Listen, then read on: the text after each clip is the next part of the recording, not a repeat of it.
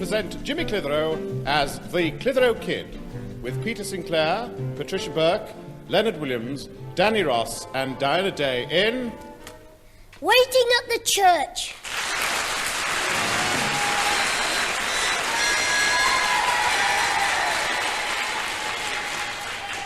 Oh, yes, Mr. Whittle. When our Peggy phoned this morning and said there'd been a mix-up over her time of the wedding on Saturday, I nearly had a fit. I'll bet you did, Pat. It must have been very disconstructing, especially as she's your sister. And what about the arrangements of the boiled ham and the booze-up?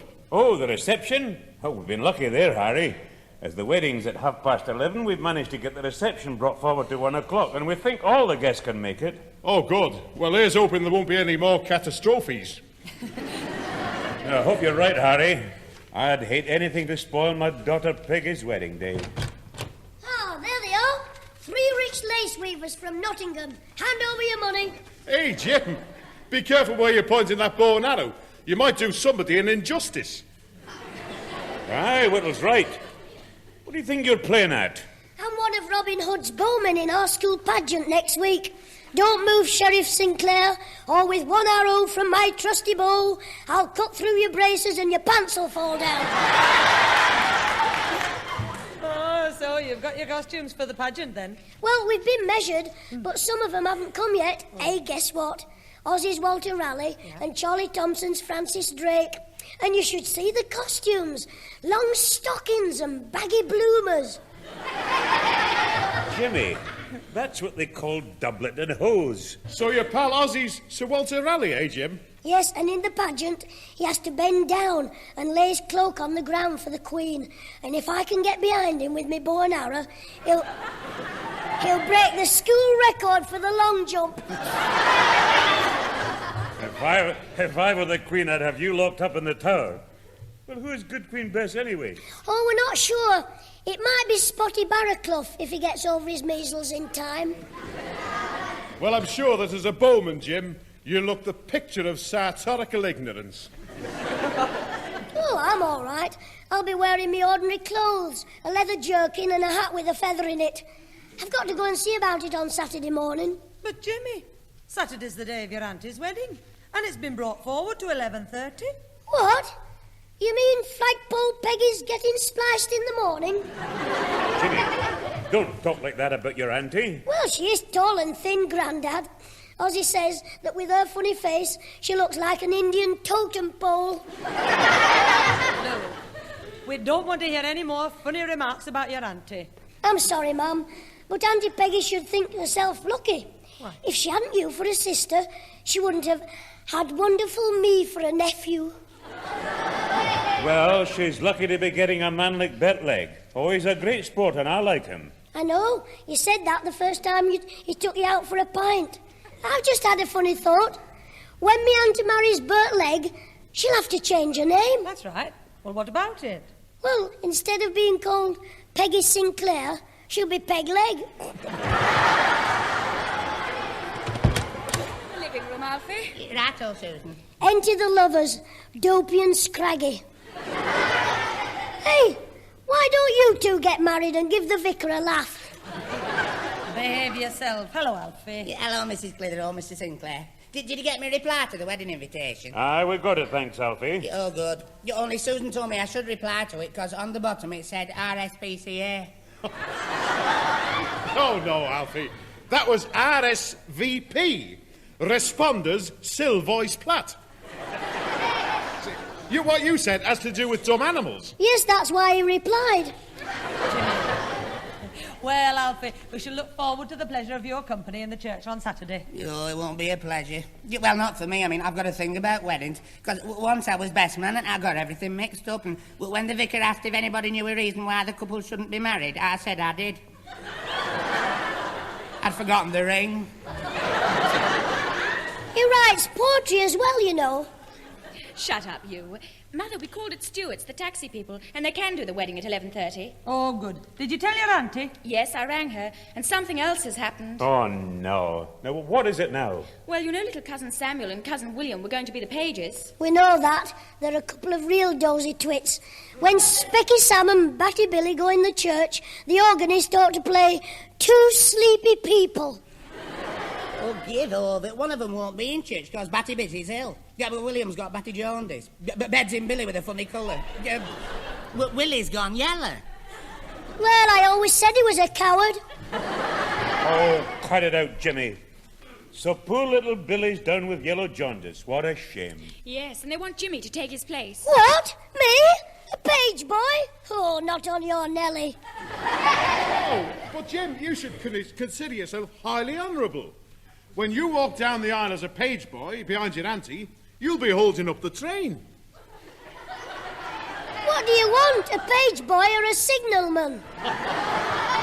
Oh, no, not that sort of train. Look, when your auntie goes down the aisle in her wedding dress, there'll be a long bit of stuff trailing behind her. Oh, you mean my cousin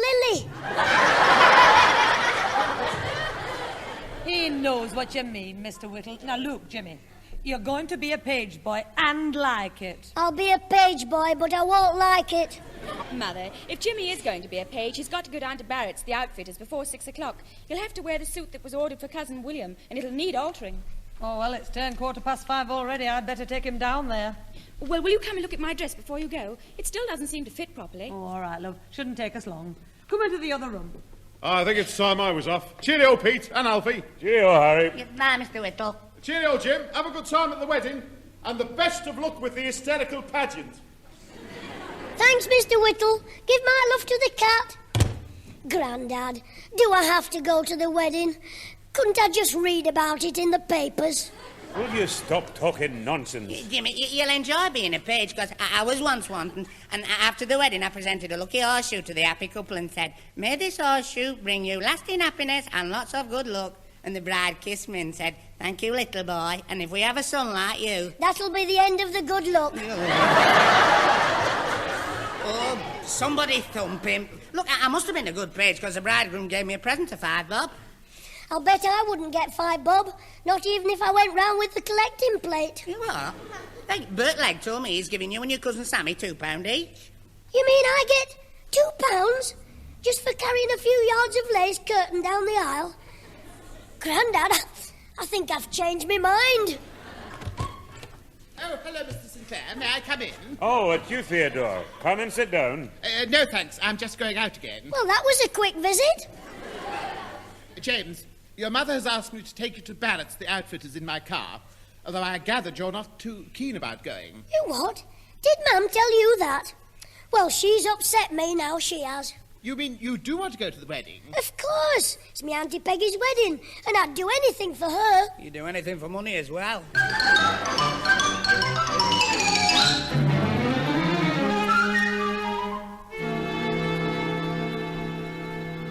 Now, James, the tailor will attend to us just as soon as he can, so will you please behave yourself? But, Mr. Craythorpe, I haven't done anything naughty.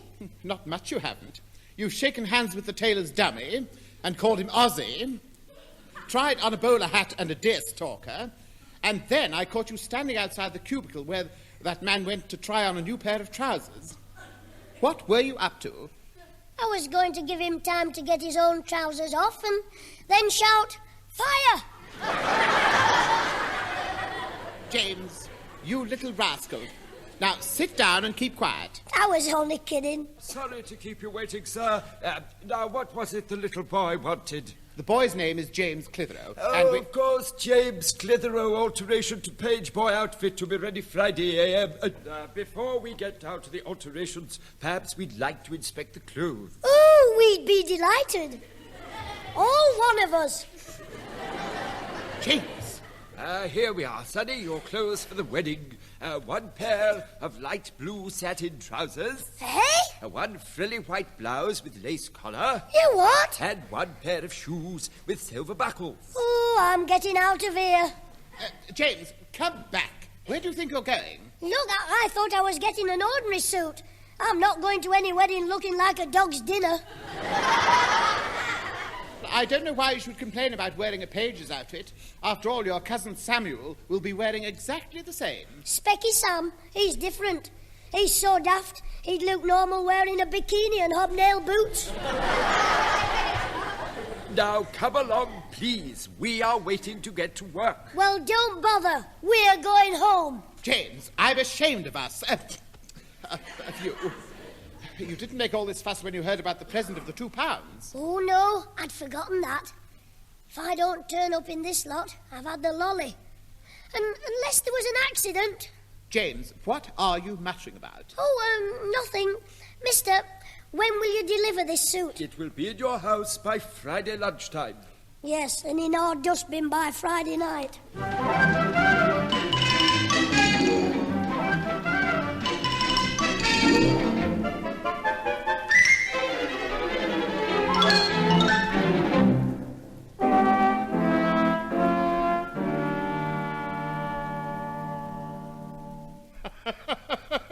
So this is the clubber you've got to wear for the wedding, Jim?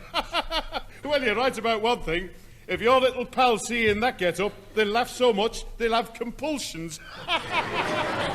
Don't worry, they're not going to see me in this monkey suit. Now, where's that bottle of green ink? Now, Jim, don't tell me you're going to spoil that suit with ink. All right, I won't tell you, but I am. Look, the house is empty except for you, me and Alfie, and he's upstairs getting me a coat hanger for my suit. Now, when he comes down, I'll just happen to be standing behind this door, ink in one hand, suit in the other, and when he opens the door, he'll jog me elbow and the ink will go all over me suit. Oh, it's you, Alfie. What are you doing upstairs? Oh, heck, it's me mum. I've just been getting this coat hanger for Jimmy. He's in the living room here. Oh, I see. Well, come on, Alfie. We'll go in. I'm sunk. Quick, Mr. Whittle, grab this bottle of ink. But what shall I do with it, Jim? Oh, anything, drink it. Oh, hello, Mr. Whittle. You're in here with... Jimmy, what are you doing with that bottle of ink? Trying to get rid of You silly little boy. You might have got it all over your page boy suit. Oh, I never thought of that. Put that ink away and give me the suit. But, Mama... Give it to me. I'll go and put it away somewhere safe. Jimmy, well, what about this coat hanger? Oh, stick it in your jacket and hang yourself on the hall stand.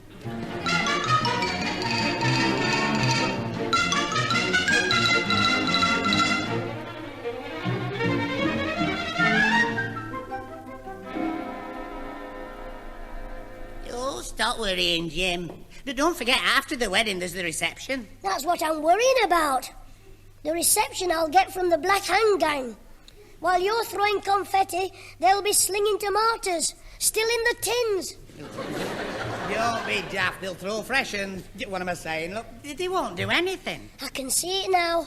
I'll walk out in my sissy clothes, and in 2 minutes I'll look like a fruit salad. Don't you worry, if they start throwing tomatoes, I'll do something about it. Oh, that's fine after they've thrown them. I'll be standing there with a red head, white blouse and blue trousers. What'll you do?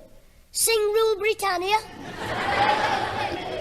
Ozzy and Charlie Thompson were talking to Specky Sam at school today and I saw him giggling. And as I came out, Ozzy said, "Ta-ra, Jim, we'll see you at church." And he walked away singing, "Yes, we have no tomatoes." Hello there, my little whacker. Hi, Alfie. Hello, Mr. Whittle. Yeah, hello, Mr. Whittle. Come in, Bert. Your granddad told us to wait in here for him, Jim. Yeah, hello, Mr. Legg. Jim, this is Mr. Legg, the bridegroom, the man who's invited you to the church tomorrow to be it with tomatoes. Yeah, with a fruit salad. Yeah, a boat. To be a page. What was that? That was Jukebox Alfie, the lad with the long plain tongue. Look, any more from you and I'll take a pound of tomatoes myself tomorrow. Now then, calm down, Alfie. Jimmy was only kidding. You shouldn't be so touched. Oh, no, Harry, you mean he's touchy. Oh, do I? Oh, yes, touchy. You know, sensitised. I didn't mean you... I didn't mean you was mentally defunct. No, you don't understand. Don't bother, Mr. Legg. As they say in Bootle, you can't make a silk vest out of a cow's lug. I didn't catch that, Jim. I didn't throw it at you. Now then, Jim, don't get impediments with me. Now then, Harry, we're supposed to be celebrating tonight. My last night as a bachelor. Tomorrow at 11:30, I take the plunge. And at 12:30 I take a nosedive. Hey, Mr. Legg, why don't you get married tomorrow night about midnight? Midnight? Yes, I mean, there'd be no traffic about and... He means it to be dark. Well, what's the point of getting married in the dark? Well, nobody could see your face. Yeah, I mean, when Jim came out with you and the bride, there'd be nobody there to throw tomatoes at her. Jim, the page. I hope you'll be very happy. Oh, hi, Harry. And how's the blushing bridegroom? Hi, Pete. Ah, hello, Peter. Well, I'm badly in need of a drink. After 5 minutes with Alfie here, my head's spinning. Oh, well, a drop of medicine at the Rose and Crown will make you feel better. Mr. Legg, if you're going out tonight, you won't feel very good in the morning. Why don't you have a good rest and get married on Monday, when the kids are at school? I could have the morning off. Oh, Jimmy, it's all fixed. We've got to fly to Jersey tomorrow night on our honeymoon. Well, why not get married when you come back? You can't do that. You can't do that, Jim. Why not? 'Cause if you're married, you can't... Well, having a honeymoon means... No, it'd be immortal. Look, we must go, Jimmy, but in case things get a bit chaotic tomorrow, I'd better give you your present now. Here you are. Oh, thanks, Mr. Legg. Well, put that £2 away somewhere safe, Jimmy. Come on, lads, or Bet will be married before he has his bachelor party. Aye, OK, Peter. Lead on, Macduff. Well, Jimmy, you got your money all right. Yeah, it hardly seems worth going now, does it? Jimmy, you've got to go. Of course, I wouldn't stay away unless I was ill, and I'm not ill. Well, not really ill. Nothing to worry about. I mean, it'll probably go off by the morning, maybe, if I'm lucky. Alfie, I think I've got a touch of distemper coming on.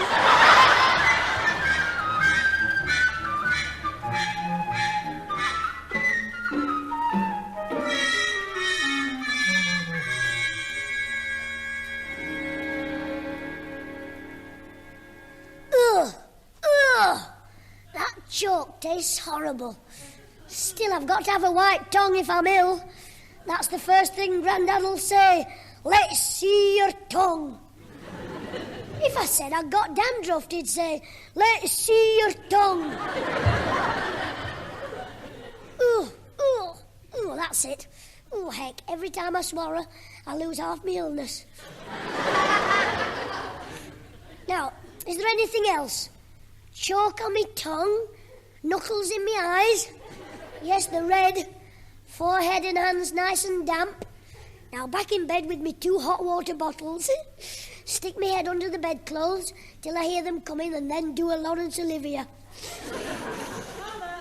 Father, tell Susan to put the kettle on and I'll go and call Jimmy. Right you are, my dear. Oh, good, it's Mum. Come on, Jimmy, time to get up.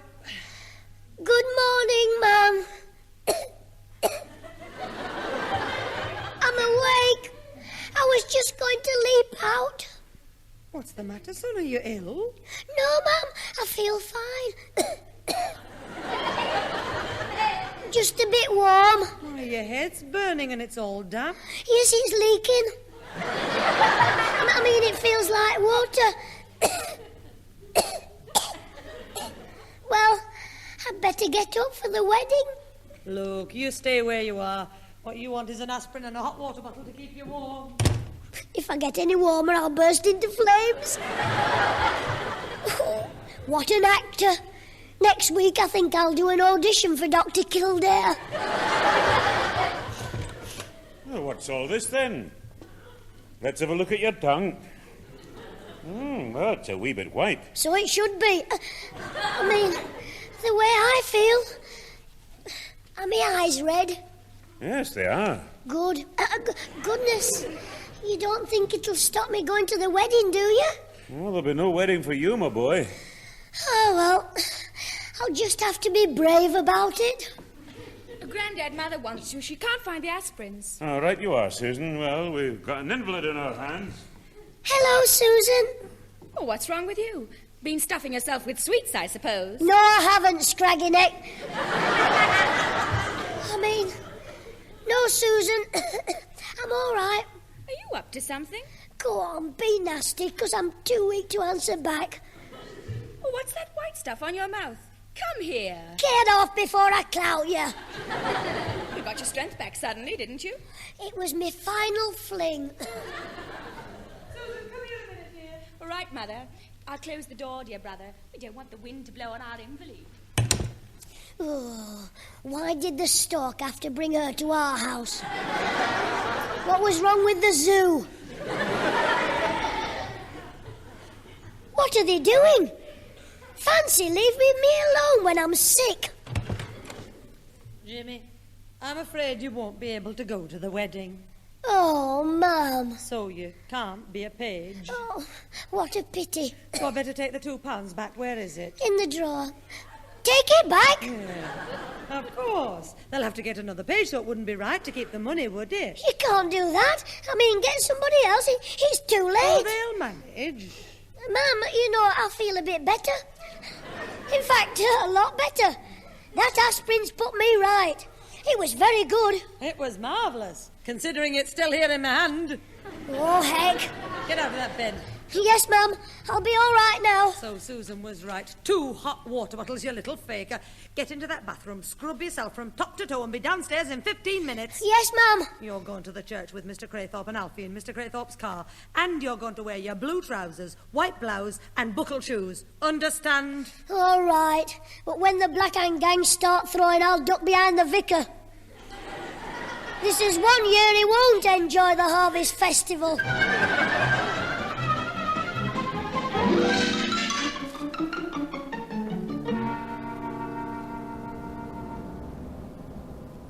Come on, Father. Let's get in the taxi and go home. I'm going to give that Jimmy what for. After me you will. When I saw him walking down that aisle in his grey flannels and school blazer, I could have crowned him with a font. Well, come on.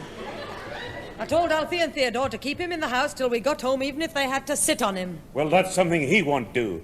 Oh, when I've finished with him, he won't be able to sit down for a week. I think that was a knock at the front door. I'll just go and see. Sit down, James. You are not going near that front door. No, we're keeping you here. Susan said if you got away, she'd never speak to me again. In that case, you ought to pay me to go.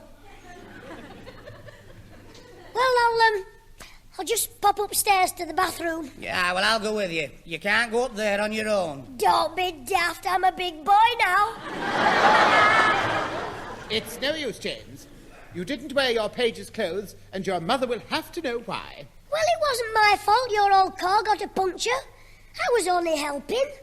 When helping to repair a puncture, it is not necessary to get under the car and start draining the engine oil all over your velvet trousers. Hey, you won't tell me, Mum, that, will you? I will not volunteer the information, James, but I cannot make up a story for you. I'll make up the story. You just tell it. You might as well tell them, Jim. If they find out what you told them isn't true, because they find out for themselves, it'll be a lot worse than if they didn't find out and you told them before they find out you're lying. They'll understand. If we let you tell them, nobody'll understand. He's still here, Pat. Right, my lad. You've asked for a spanking this time, and you're going to get it. Oh, heck. Grandad, I couldn't help it. I had to come back and change because I got oil all over me wedding clothes off Mr. Craythorpe's car. You mean there was oil on the seat? Is that true, Theodore? Yes, there was. Remember, you wiped the seat, Mr. Craythorpe. Well, I did have to wipe oil off the seat. That's right, where Jimmy sat down in his oily trousers. On me, folks! Sorry, Alfie. Just a minute. Did he get oil in his trousers from the seat? No, when the car broke down... That's right, I had to get under the car. Mr. Craythorpe and Alfie couldn't have squeezed under, could you? Remember, you've got 1 foot untouched yet. No, we couldn't have squeezed under. No, not without jacking it up.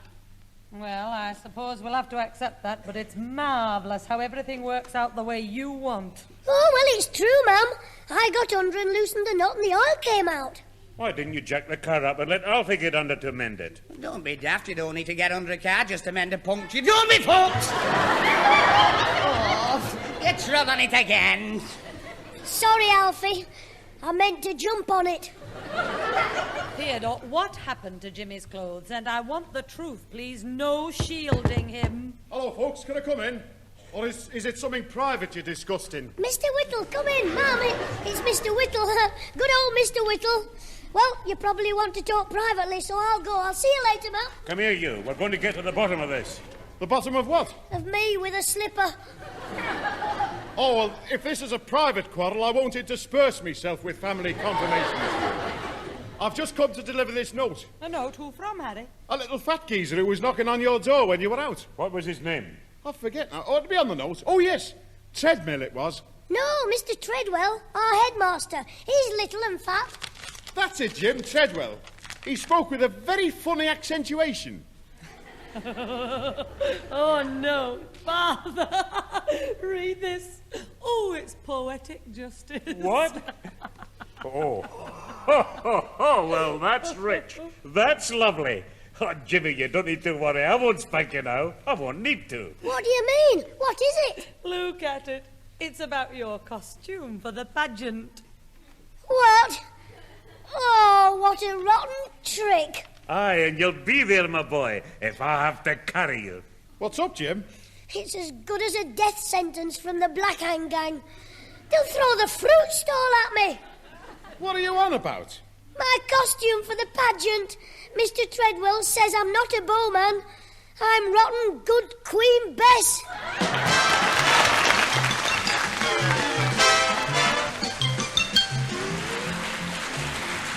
Those involved with the Clitheroe Kid this week were Peter Sinclair as grandfather, Patricia Burke as mother, Leonard Williams as both Theodore Craythorpe and Harry Brittle, Danny Ross as Alfie Hall, and Diana Day as Susan. Also appearing was Brian Truman. The recorded programme, written by James Casey and Frank Roscoe, was produced by James Casey and starred Jimmy Clitheroe as the Kid himself.